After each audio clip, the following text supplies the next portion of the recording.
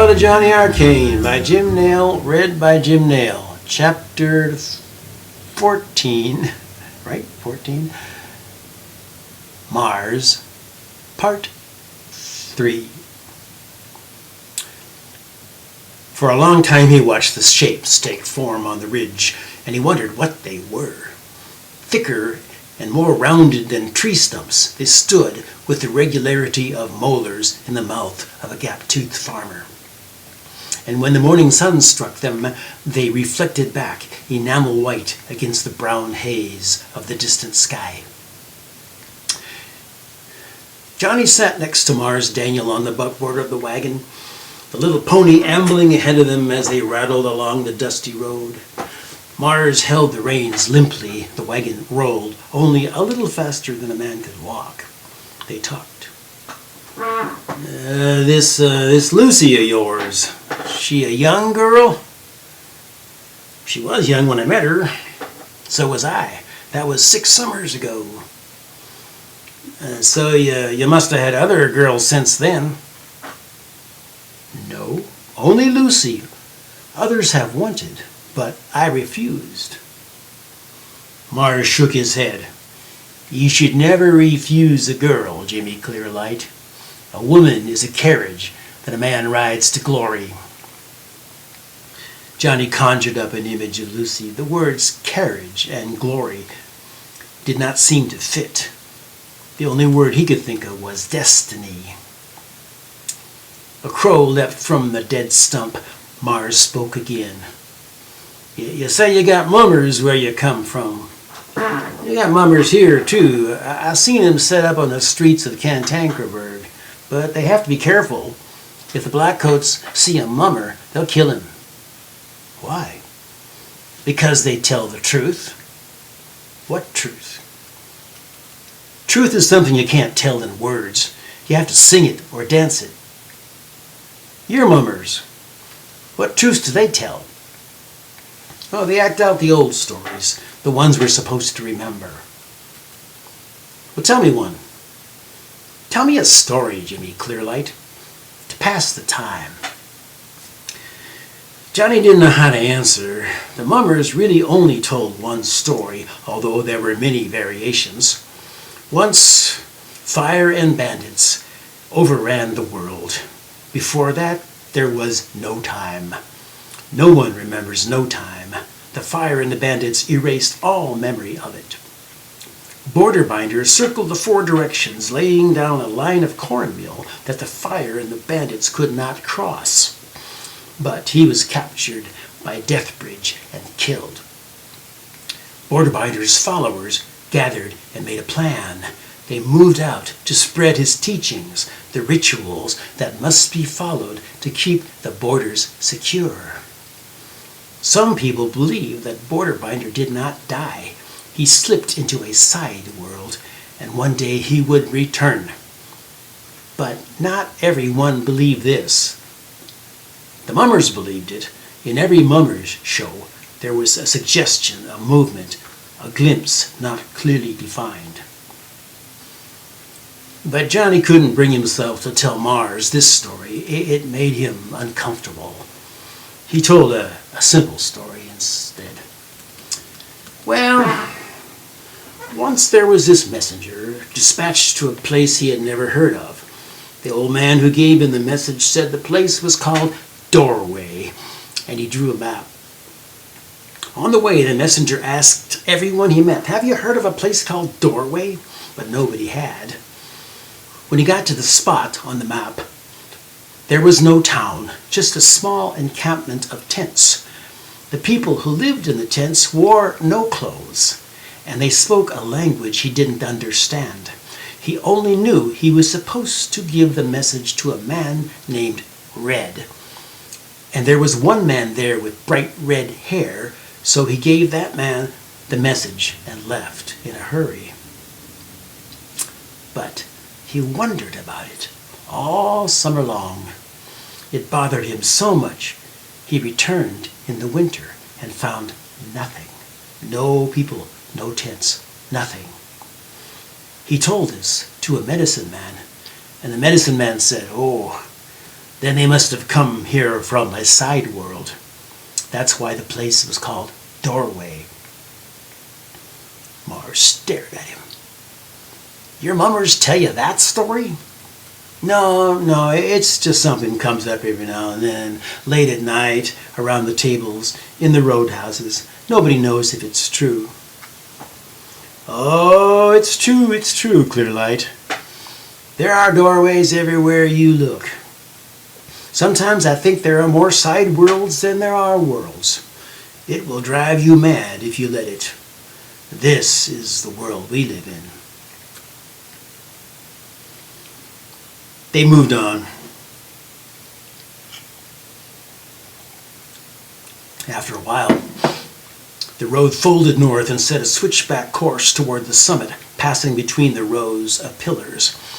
Drawing closer, Johnny saw that the pillars were carved of stone, flat like tables, or like tablets, arched at the top, and some sported stone corbels and gargoyles, and others were crowned with stone-chiseled serpents, crosses, love knots, gravestones.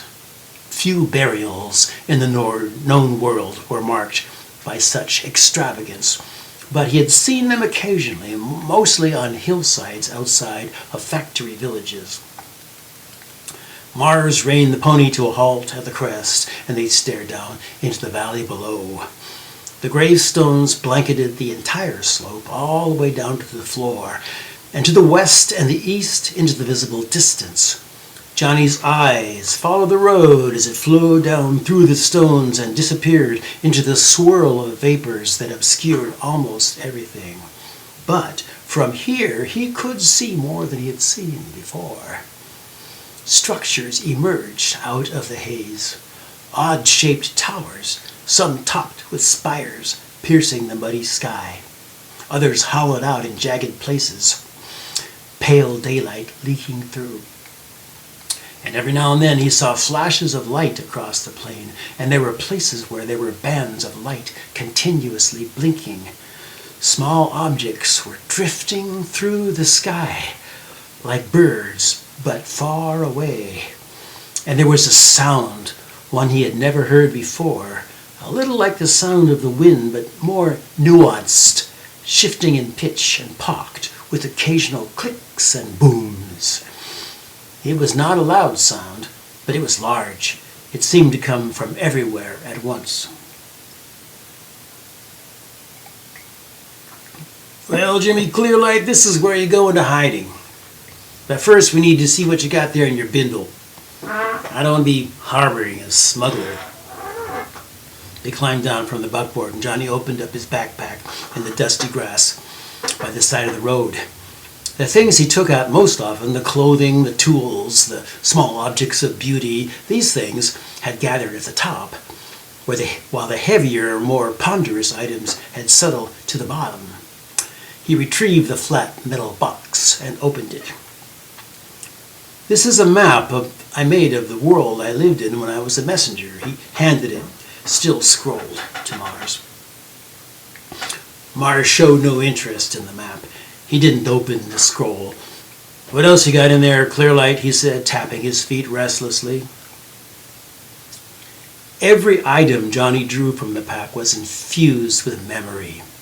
It felt like he was bringing objects out of a box of dreams. There was Lucy's letter, written on real paper, wrapped back up in its parcel of green leaves. Frankie had given him one of the smaller attractor poles from his workshop. He had kept it faithfully, even though it no longer did anything. There was a little wooden carving of an owl from Jocko, and a cork he had kept from a wine bottle at Stubblefield the night of the banquet. He had saved a few iridescent wing feathers from the pheasant brought to him by the weasel in the wilderness. He held his sharp whittling knife in his hand for a while until the memory filtered back in. His mother had given it to him on the morning he left home. At the bottom of the pack were 2 jars of corn oil. He set them on the ground. What's in those jars? corn oil. What's it for? Cooking. Leave them here. You won't need them. Don't bring anything that can catch on fire. Johnny took one last look in the pack. There was a small side flap, and when he reached into it, his fingers recognized the brown glass vial sealed with wax given to him by the messenger on the road the first day of his sojourning. Keep it hid. Only take it if the pain gets so strong you can't go on. Powerful medicine, but it don't last forever. He released the vial and closed the flap without saying anything. Then he saw something else. A red glow flickered briefly through the translucent inner lining. He blinked his eyes, thinking maybe it was just a trick of daylight. But no, it happened again. He reached in and ran his fingers along the inside. Some small, hard thing had been sewn into the lining. "What's this?" he said out loud. "What's what?" There's something here that isn't mine." He had no choice but to grab the seam of the lining and rip it open. Inside was a small metal cube with a single round glass eye. As Johnny lifted it, the eye blinked with a red fluorescence. It called to mind the red blinking eye on the wall of the stone house. He held the cube out on his palm into the bright open light of day. "What is it?" "I don't know." Mars snatched the cube and turned it around in his fingers. "Oh, sweet mother of Bezel, you've been tracked. Who gave you this?" "I don't know." The moment he said it, an image flashed before his mind. The day he left Stubblefield with Mayor Casterbean's message. "Old young fellow, your pack, sir." "What do you mean, tracked?" "Don't ask. We have to get rid of it. We can't just throw it away. It has to be buried." Mars scanned the slope of the hill in all directions. His head swerved from side to side until suddenly it snapped into place at the sight of something far off. "Well, well, Mother Terra has smiled on us. Look." In the distance between the graves, something was happening. There was a cart and two men and a mound of dirt. One man was shoveling while the other was standing with his arms folded. "Come quick, bring that thing, hurry." They started down the hill at a canter. Johnny had trouble keeping up, but as they drew near the scene, Mars slowed, and when the two men noticed him, he stopped and clasped his hands together respectfully. There was a body in the hole, wrapped in a plain white sheet. The lower part of the sheet was soaked with blood. Mars nodded. "Who is it?" he asked. "That be our brother, Abner Woolcoat," said one of the men. "Ah, that's what I thought. I knew him." The man wrinkled his nose. "You knew Abner?" "Yes, we worked together."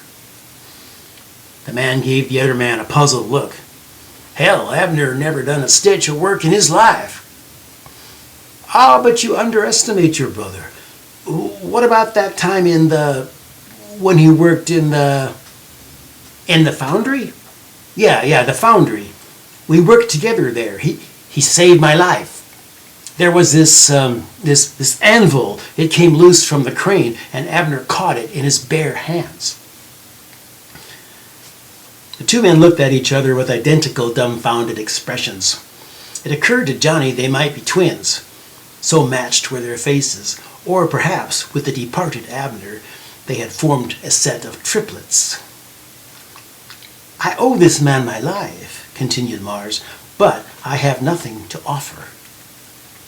Do you think you could at least allow me to honor him by tossing a handful of dirt into his grave. The shovel man sunk his blade into the pile.